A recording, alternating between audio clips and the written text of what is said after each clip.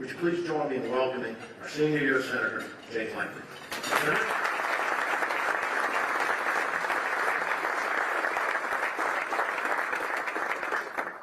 It's really good to visit with everybody. I hope you have submitted some questions on it, because I'm going to try to save as much time as I can to be able to go through questions, because there's a lot going on right now.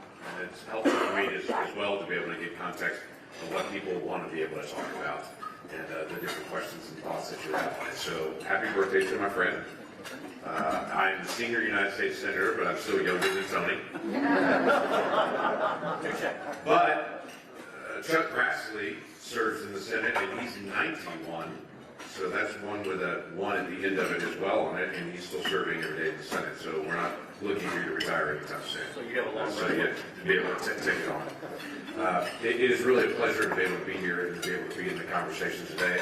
I've made this time as often as I possibly can. What's interesting to me is the number of places that we have been and the conversations that we've had. I have to say, a memorable conversation from several years ago when we did this legislative lunch. As some of you were there in the room, and this was not at this hotel, at a different place, and during the middle of my Q&A time, a water pipe broke and it started flooding the room. Do you remember that time? There's like a back corner of the room on it, and for those of you that hear, you're like, oh yeah, I remember that one. And so it's always interesting to be able to be in the dialogue. You set up a welcoming group for me outside this time, and I appreciate that. That'll make this welcoming. That's economic development downtown, for folks being able to come downtown and be able to be here. Let me say 2 quick comments on things, and then I want to get to your questions as fast as I can. The things that I'm hearing the most as I'm traveling around the state right now is where are we heading economically, what's actually occurring, what's going on with the tariffs, what's going on with trade, what's going on with tax, what's going on with Medicare, Medicaid, Social Security. I happen to serve on the Finance Committee in the Senate. The Finance Committee, let me just run through the jurisdiction of the Finance Committee in the Senate. It is tax, Social Security, Medicare, Medicaid, and trade. It's a little bit in the news right now. We as Oklahomans are very proud to be able to be in the position that I'm in the Senate on the Finance Committee. Kevin Hearn is on the Ways and Means Committee in the House. There are very few states that have somebody that's on the tax writing committee in both the House and the Senate. So that's a great benefit to us as we start talking about how we are going to shape the tax code in the direction that we're going to go in the days ahead. So let me just set a couple of context things to you. We begin with the most obvious of them. This year, the United States will overspend its budget by $2 trillion. That's not total budget. Overspend its budget by $2 trillion. What happens when the United States of America borrows $2 trillion, by the way, again? Well, here's what happens on that. We suck up all the money out of the market, and so it makes interest rates for home mortgages go up because there's more competition for those dollars. It makes it very difficult for third world countries to get access to capital because the United States is borrowing so much money on the global market, and the United States has been the safe place to be able to actually buy our bonds. And so it makes it harder for them. And it pushes countries to be able to go to places like China to be able to get access to capital, because the communist Chinese would be glad to be able to do that, but they've got a few strings attached in the process that comes to them when that happens. It's not just our economy, it's the global economy that is affected, and it's every single person in America and their borrowing capabilities affected when we as a nation overspend. I have brought this up year after year, and year after year, we as Oklahomans have said, yeah, we've got to do something about it. This is the year. We've got to do something about this. We have to find a way to be able to reduce spending. To tell you how far out of balance we really are right now, if we were spending the same amount that we did the year before COVID and have the revenue that we have now, so just take the revenue that we have now, all the tax income now, and the spending from the year before COVID, the United States would be in balance this year. It's not that long ago. But we're not. The spending went up during COVID, and it just stayed up. And it's been very hard to be able to turn that back. So we've got to be able to go back to individual programs and just say, well, what's required by law? If it's not required by law, we should turn that down. if it's something we've added on since COVID, we need to take a look at that and to be able to say, does that need to be turned back to a level that maybe it was before COVID? And we need to look at all of our programs and the way that we're actually doing spending. These are things that every family does, every business does on a regular basis. But the last time the federal government did a reinventing government was under the Clinton administration. Under President Clinton, the federal government reduced 400,000 federal jobs. We lose track of that. The reinventing government that President Clinton did was real, as they went through agency by agency and just asked the question, are there jobs that we can actually remove or reduce? Now, granted, President Clinton did that in 7 years. President Trump is trying to do it in 7 weeks. I do understand that there is a difference on it. But we are long overdue for a reevaluation. The last time we had a balanced budget where we were receiving the same amount that we were spending was under President Clinton. And there were hard decisions that were made during that time period, and they were made, and it started bringing us back into balance. And I understand this is a partisan conversation at times to be able to talk about difficult things, but this is really a family conversation that we've got to have as a nation to try to figure out how do we do this, because we have to do it all together. Now, I understand the President's leading and he's trying to do as many things as he can, but ultimately this is going to be Congress's responsibility. The courts are going to continue to be able to push back on the executive branch and to say that's a law that was passed by Congress, signed by a president, that's a program that's in place. So Congress has to come back and revisit this. So we'll have to be a bipartisan conversation ultimately to determine how do we actually slow down the rate of spending. We're not going to get back in balance in a year. To do that would be a catastrophic change in the federal, across the entire federal budget and across the country and quite frankly globally. It's still true that when the United States gets a cold, the rest of the world gets pneumonia. So we do have to be attentive on how we handle our economy. But we are going to have to take care of some things to be able to be engaged. While we're in the process of trying to be able to have these arguments, there'll be 10,000 things that are thrown out there. Most of them will never happen. But according to social media, all of them happened yesterday. Okay? I do understand that. Let me give you, for instance, we started talking about Medicaid and saying we've got to deal with some of the structural issues with Medicaid. Immediately, social media exploded and said this is going to cut off Medicaid entirely, then they're going after Medicare, then they're going to shut off Social Security. Wow, that moved fast. Here's what the proposal was initially on Medicaid only. By the way, with the tax proposal we're talking about on what's called reconciliation, by law, we cannot do anything on Social Security. So not only is there no proposal on Social Security right now at all that's even being discussed, by law we cannot even talk about it. So no, there's nothing being changed on Social Security, but I would give you a caveat. 8 years from now, Social Security goes insolvent. That means every single Social Security recipient, their benefits will be cut by law by 20%. That cannot happen. That cannot happen. So the real question is, when are we going to have the grown-up conversations about Social Security to be able to make sure that we stabilize that program long-term? Something that Tip O'Neill and Ronald Reagan did decades ago. When is that going to happen again? And how are we as a country going to encourage lawmakers to say, sit down with each other across the aisle and solve that problem? That still has to occur. On the Medicaid side, let me just talk about that. Here are the two big proposals that are out there on Medicaid right now. One is, on most of our social safety net programs that are in the federal government, there's also a work requirement. I go back to this, but you know when the work requirement got added in? Under President Clinton. That's when it got added in. Almost all of our social safety net programs happened back then. That used to be a nonpartisan issue, where it was, how are we going to encourage people to be able to get back to the workforce, because the workforce is where you rise out of poverty. The Brookings Institute, which is a center-left think tank, the Brookings Institute has for years actually put out their own study to say, how do people that are born in poverty rise out of poverty? Year after year, they do this study, and year after year, it comes out with the same results. 3 things occur. These 3 things occur. 97% chance you rise out of poverty if you're born in poverty. If you wait till after marriage to have children, if you graduate from high school, and you have a job of any type, even if it's entry-level minimum wage. 97% chance that you rise out of poverty in your lifetime. 97%. Wait till after marriage to have children, graduate high school, and have a job of any type. If we want to help people to be able to rise, one of the things that we should do is help people to be able to get to employment.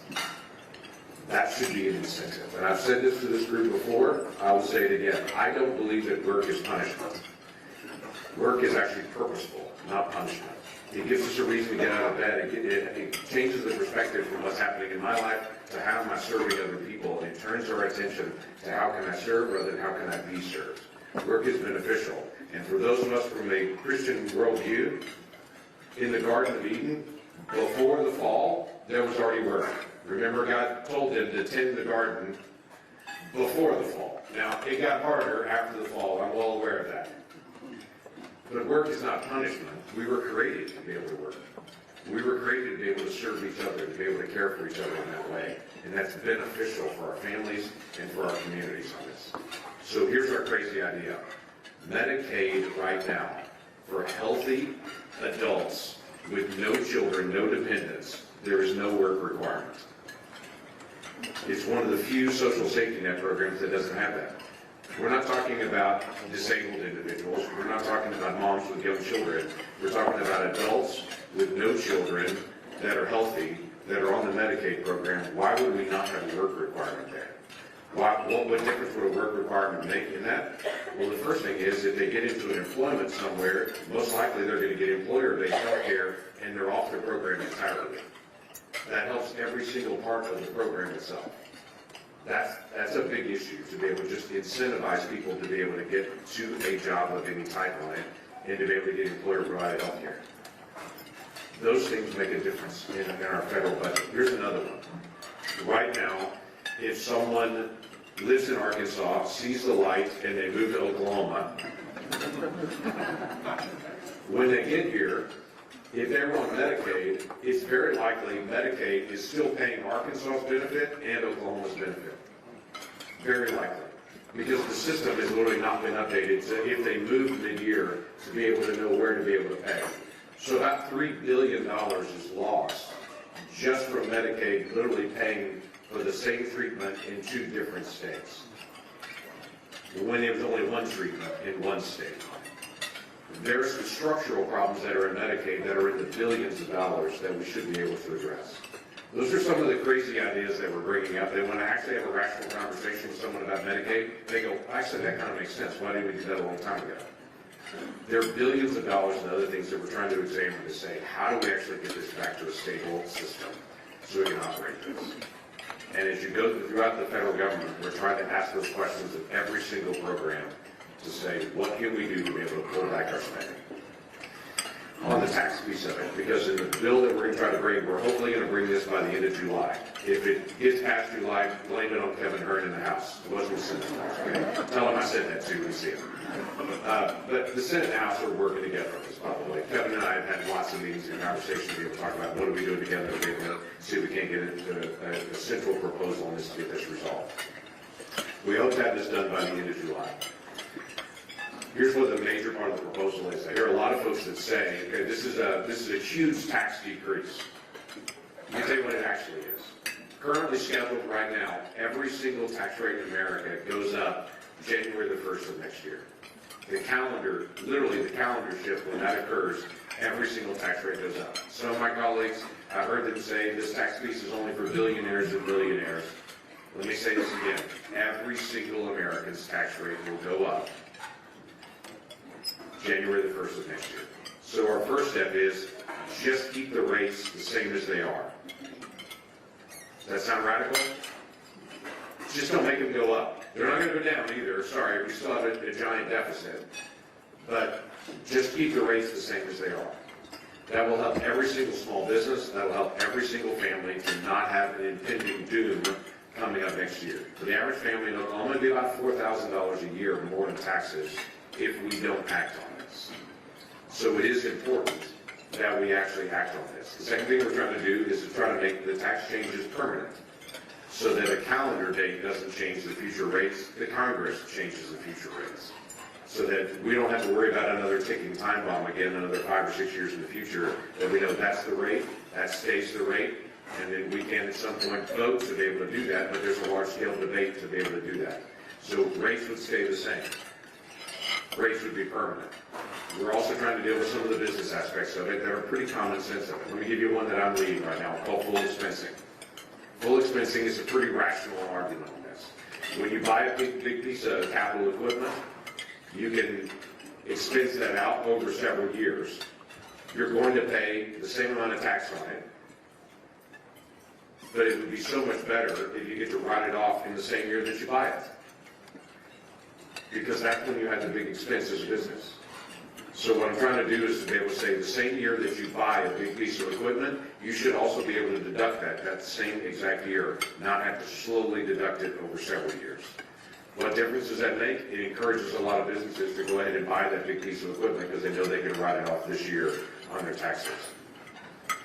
That encourages them to produce more, be more efficient, add more people in. The person that actually made that piece of equipment sells additional piece of equipment, and it keeps the economy rolling on that.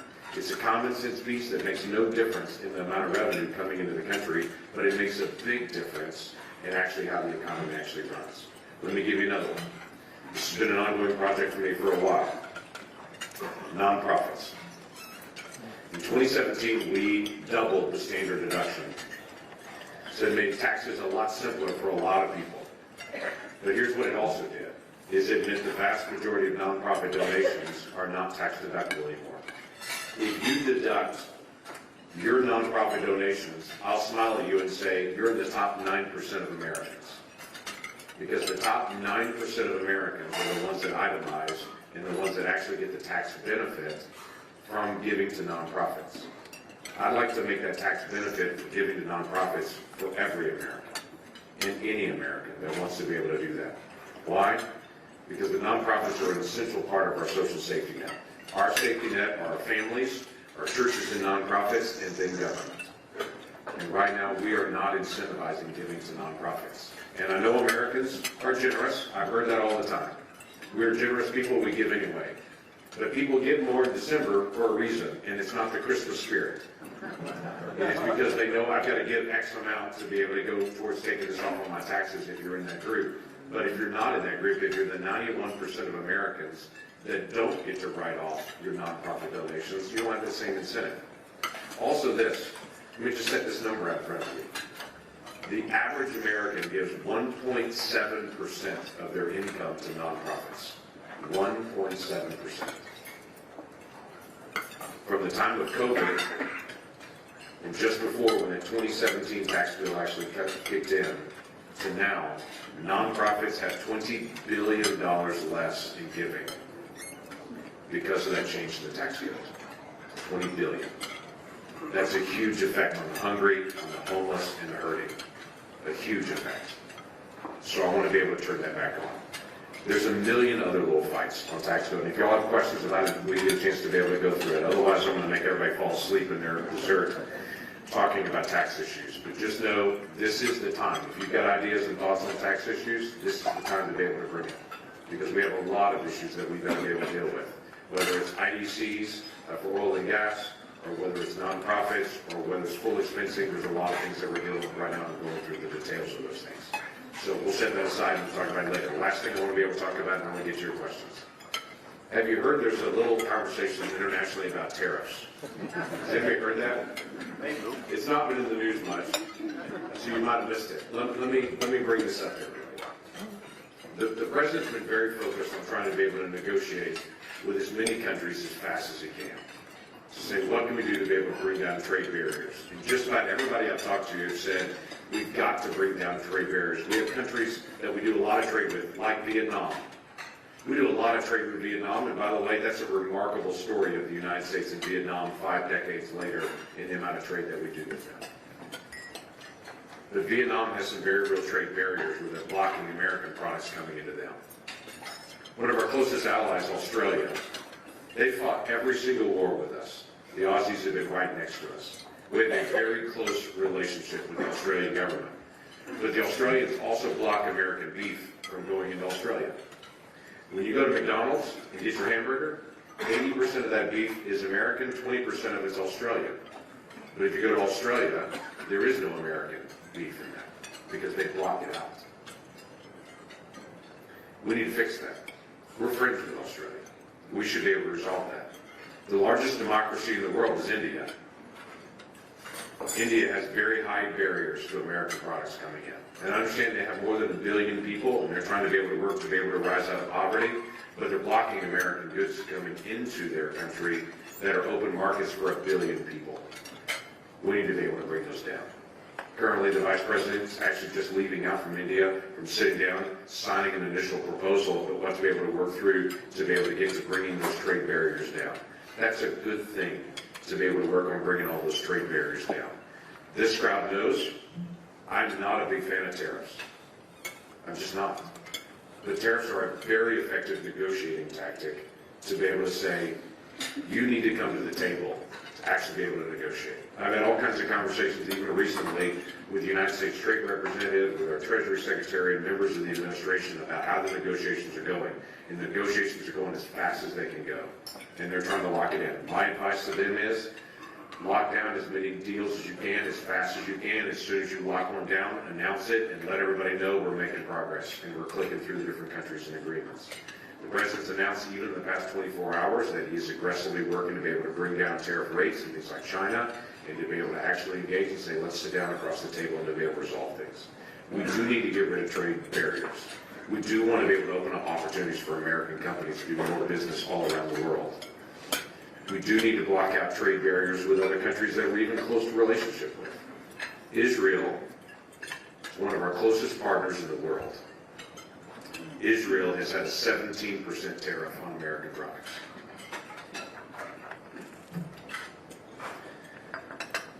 Benjamin Netanyahu just announced that is going to zero. That's a big deal for American companies and the opportunity to be able to sell around the world. So even with our friends, these things need to be resolved. But my advice is resolve it as quickly as we can. Stabilize the opportunity where people can actually do contracts, because our worst case scenario is people pause for 2, 3, 4 months to be able to figure out what's going to happen in the future, and we start having supply chain issues like we did during COVID, where there's 1 or 2 parts that people just can't get. And we start to be able to deal with all those dynamics. So I'm staying engaged on this. I am very optimistic that they're going to land some very significant trade agreements to be able to open up new markets, and in the meantime, be able to bring tariff rates back down again so that we can actually continue to advance our trade around the world. I want the United States to be known as the place to sell, the place to buy, and the place to be able to do business. We should be that way. All right, let me open this up for questions. What do you want to talk about? We can talk about any of those issues, or Thunder basketball, whatever you want to talk about. Yeah, Katie. Thank you, Senator Lankford. Okay, so we're going to move into our question and answer portion. I have a question to get us started, but please continue to use that QR code to submit your questions to us. You did cover a lot of the questions that we've received in your opening comments, but I'm going to get the ball rolling with this. Earlier this week, The Hill reported that you've urged the Senate to return to the, quote, grunt work of legislating. What do you believe has been preventing that from happening, and how do you see yourself and your colleagues setting an example to get the Senate back to actively passing legislation? So thanks for putting that question up. Yeah, the Senate is a place where you have to be able to sit down with people you disagree with and to be able to solve problems. And it's not simple. You've got to sit down and say, you and I both agree there's a problem, we don't agree on what the solution is. And so we have to sit down and just actually go through the process. The biggest part of that is the committees. Our committees have not actively worked to be able to move legislation, with some big exceptions, but most of the committees are not actively working to be able to move legislation through at the speed we need to be able to get it done. The committees is where you sit down with almost an equal number of Republicans and Democrats, and you have to be able to hash out that issue. Your staff are working it through, members are working it through. The more we can resolve things in the committee structure, the better it is, the more likely it is that it actually moves across the floor and actually gets passed. I think America needs to see progress. They don't need to see gridlock. They need to say, we got 50 problems, what's the first one we're going to work on? When we get done with that one, what's the second one? What's the third one? That's just grunt work of going through the process. And so that's my encouragement to Leader Thune, who's been great on this, by the way. He's been very aggressive pushing back on the committees. It's my encouragement for my colleagues as well.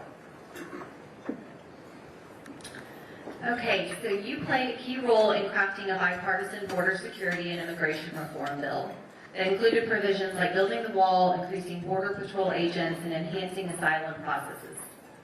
Given that Republicans now hold a trifecta in government, do you believe a version of this bill has a better chance of passing? And what adjustments would you make to secure its passage in the current political landscape? Yeah, interesting question on that. Thanks for bringing up the traumatic moment. I have to tell you, that bill, I still stand by. When people have actually read the bill, most people that have read it and gone through it go, oh, well, that's not what social media said it was. And that's not said. Occasionally, social media is wrong, just occasionally. The bill actually reshapes how we actually process folks coming across the border and close some of the loopholes that are in the asylum system that are a real problem, that have been a problem for decades, and everyone knows it. And it really changed the system of how we do it. When you get to the end, if you make an asylum request come across the border, 97% of the people do not qualify for it. But they don't find that out until the very end. So they're here sometimes for years until they actually find out at the end, oh, I don't qualify for asylum. Now 3% do, but 97% don't. So this is how radical that bill was. We took the information at the end and moved it to the beginning. And so you'd find out within days or weeks, no, you don't qualify, and you'd be turned around.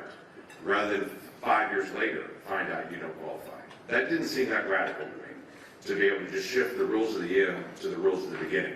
Second thing we did was said, if the cartels flood the border with, let's say, 5,000 people, they flood the border, which they do often because they can break the system. When that occurs, we don't even screen on those days. If you get overwhelmed with people, then we just turn everyone around, all 100%. No one gets in during those days at all. I thought that was a pretty common sense thing. We called it the break glass moment. Because we knew if we turned people around without that, the courts would say, no, you've got to screen people, so we were actually going to make law on it. And to say, if the system is overwhelmed, no one gets in until we can actually do an orderly process on it. Now that turned into, we're letting 5,000 people in a day, every single day, which was totally false. But it didn't matter. It got repeated enough that everyone just bought it. So here's what I think is going to happen. I think for the next 2 years, the President's going to use every bit of executive authority he can possibly use to be able to dramatically reduce the numbers. And let me just tell you, the numbers have dramatically reduced. Dramatically. When I was arguing out through the border bill under the Biden administration, we had 12,000 people a day that were illegally crossing the border. Now we have less than 200 a day even attempting. From 12,000 to less than 200. Dramatic difference. Here's what I think will occur. I think the courts will do some rulings and will say to the President, you can't do that. You can do this, but you can't do that. And as soon as they can't do that comes out with the courts, the cartels will start doing that. They will train people coming across the border, and they'll make sure they say a certain phrase, go to a certain place, do a certain thing, and we'll start to be able to penetrate that loophole. It's the exact same thing that happened under the first Trump administration. Under the first Trump administration, they clamped down very strong on the border the first 2 years. By year 3, almost 1 million people that year illegally crossed the border. Almost 1 million. That's when they created Remain in Mexico. They created lots of new policies trying to be able to test out how can they manage this. I think by year 3, we'll start to see some of the numbers come up again. I'm not gearing for that. I'm just telling you the cartels are losing billions of dollars in trafficking people right now, and they're business people as well. In illegal activity, but they're business people. And they will find a way to be able to exploit those loopholes. And so we will need it. So my anticipation is by year 3, we're going to sit down in a bipartisan way, and we're going to start working through how to be able to close some of these loopholes that exist no matter who is president. Also, I think a lot of people have been surprised. President Trump, in his very first interview that he came out with, when he sat down with Kristen Welker right after he was elected, that very first interview, he came out and said, I want to legalize DACA recipients. I want to make them citizens. And I think a lot of people were shocked by that in that very first interview. I was not. I've heard him say it privately multiple times. But legalizing the DACA recipients and getting them citizenship requires an act of Congress to do that. What he's really saying is, I want to do a bill. So come and talk to me. Let's negotiate this out. So that was a pretty clear signal to my Democratic colleagues that I've reminded them of often, this is going to require both sides sitting down to be able to work this out. So it's coming, but it's not today. Okay, so the availability of beds for the acutely mentally ill in government-run facilities is at a critical low. Is there an avenue in which Congress could incentivize the private health industry through tax credits to expand out bed space in their facilities where they're not always operating at a loss? Yeah, incredibly difficult. This is one of those partnerships, because many of those are Medicaid recipients. This is a partnership between the state of Oklahoma and between the federal government. Some states have been more aggressive on this than others. Our state, by the way, has significantly turned up care for those individuals that have intellectual disabilities or that have mental issues that they're trying to be able to process through, or substance abuse.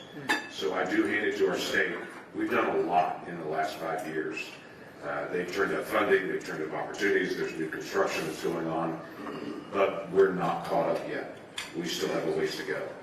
The prime mover on that is actually going to be the state of Oklahoma, more than it's going to be the federal government to be able to help that. And our state is taking note of that and is aggressively doing it, but we've got to be able to do more.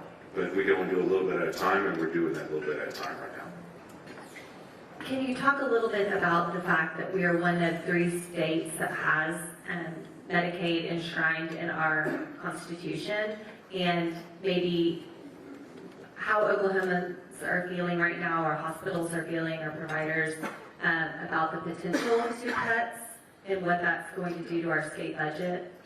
Yeah, there's a lot of conversation about what would it mean on cuts in Medicaid. There's a couple things with this. One is our state does what a lot of states do. We have what we call a provider tax. Okay, so don't gloss out on me. Okay, give me just a second. I'll go fast on this. The state literally taxes long-term care facilities, hospitals, others, and say, you pay X amount, we'll put that into our state portion, and then we'll get more federal funds down. When we get more federal funds down, that'll come back to your hospital line. So the hospital typically breaks even or goes in the black by what they donate in on the provider tax to what actually comes back to them. Any of you in hospital care, you can clarify this if you want to be able to make it, I'll give you maybe equal time to be able to answer that. Some states do more than others. Ours is 4% for our providers. Some states have as high as 6%. What that does is that pulls down more federal funds. Everybody knows this game has happened for years. It was designed to say the state has a certain portion they put in, the federal government has a certain portion they put in, but states are going to providers and saying, if we're going to get more Medicaid funds, you've got to kick in more. At some point, we got to figure out how to be able to cap that, control that, manage that in some ways, and that's part of the debate. It's really going to push on some states like, I'm going to say, California and New York and Illinois, who have numbers like 6% provider taxes that are very, very high for those, to be able to help push back to try to figure out how do we actually ask the state to do what the state said they were agreeing to do instead of them passing on an additional tax on it. Now, I told you not to gloss over on it, but that's one of the areas of Medicaid we're talking about and trying to be able to figure out what's the right number and the right percentage. We're all keenly aware, especially at rural hospitals. I've been home. This is my 3rd week this year to be back in Oklahoma, and man, it's really nice to be back in Oklahoma because we've been in DC a lot. We've been moving a lot of things very rapidly there. But I've spent a lot of time with rural hospitals as well while I've been home because they are the most vulnerable in the system, and to be able to make sure that the system actually works for them. Interesting side note on this: the rural hospitals I've spoken to, all of them have said Medicaid is now their best payer. Better than Medicare, better than commercial insurance, their best payer is Medicaid. That's a huge shift that's just occurred in the last few years in the way our state does the payments and what's actually happening on the federal side as well. And I've literally heard that from every single rural hospital that I've talked to. So grateful that that part of the system is actually working better than it has in the past. With the current administration's focus on deregulation, for example, environmental regulations, where do you see those efforts going in the next few years, and what impacts do you think that will have on business in Oklahoma? Yeah, so there'll be several agreements that are out there that can be made dealing with environmental regulations. And let me be clear on this. If you look at the executive orders the Trump administration has done on environmental regulations, read the executive order. Again, not what's on social media, read actually what's on the executive order. They've been very clear on all of that, to the EPA administrator, to others, to say, you fulfill everything that is required by the law to fulfill, but find areas where the administration in the past has gone beyond what the law requires and end those. So basically, if this was an act of Congress, if this was made into law, do it. Follow the law. But if there were additional things that were made up, that were new requirements, don't. That's what they're going after initially. And by the way, I'm pleased to be able to see that. We are a nation of laws. And if it's in the law, we need to be able to follow it. And if it's just a preference issue that's causing billions of dollars of damage to our economy and making things unstable, that's just an executive action that was taken at some point in the past that's literally making it harder to be able to do business. So that's what they're going after in every single area of this. And by the way, our federal courts are still out there. Every single one of these are going to be challenged. We'll go through the court system to be able to be evaluated on that. And I have great respect for where we are in our federal courts. They'll continue to be able to do their job. It takes time to be able to do it, but they'll continue to be able to do their job to be able to make sure the checks and balances continue to work. Okay, you got one more? I've got one more. And for those of you in the room that don't know, you have a new book out. Turnaround, America's Revival, has been widely praised by notable figures like former Secretary of State Mike Pompeo, former Congressman Trey Gowdy, for its thoughtful reflection, humor, and inspiration. In it, though, you address the divisiveness our country is experiencing. What responsibilities do elected officials have to ease the division in our state and country? We do have responsibility on that. Thanks. I don't know who put that question on, but thank you for that. The book I put out actually came out 2 weeks ago, and it is called Turn Around America's Revival. It's something I've been writing for 3 years. It's not recent. This is, as you can imagine, my time is pretty limited on things. It's been on the plane. It's been weekends when I've been home, and I would say to my wife, I'd go into the study in our house, and I'd say, I'm going into the coal mine. I'll come out of the coal mine when this chapter's done, and just keep working on it, just keep chipping away on it. And then it's just come out.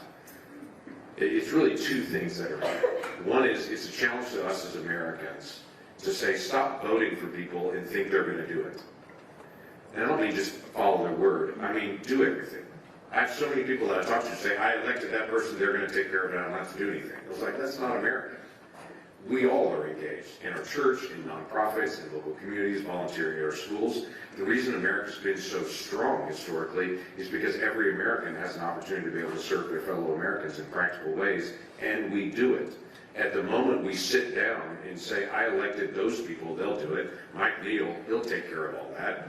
At the moment we do that, then we begin to get weaker. And we wonder what just happened. It's because we, the people, sat down.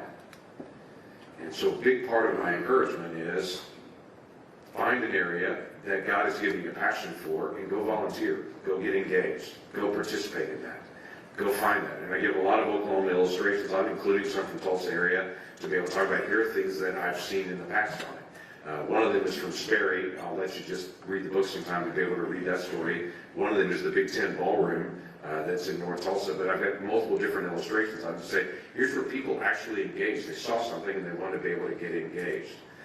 So I tell some of the stories from American history and from us currently, by the way, because I think we have the opportunity as a state to be able to set the example for the rest of the country.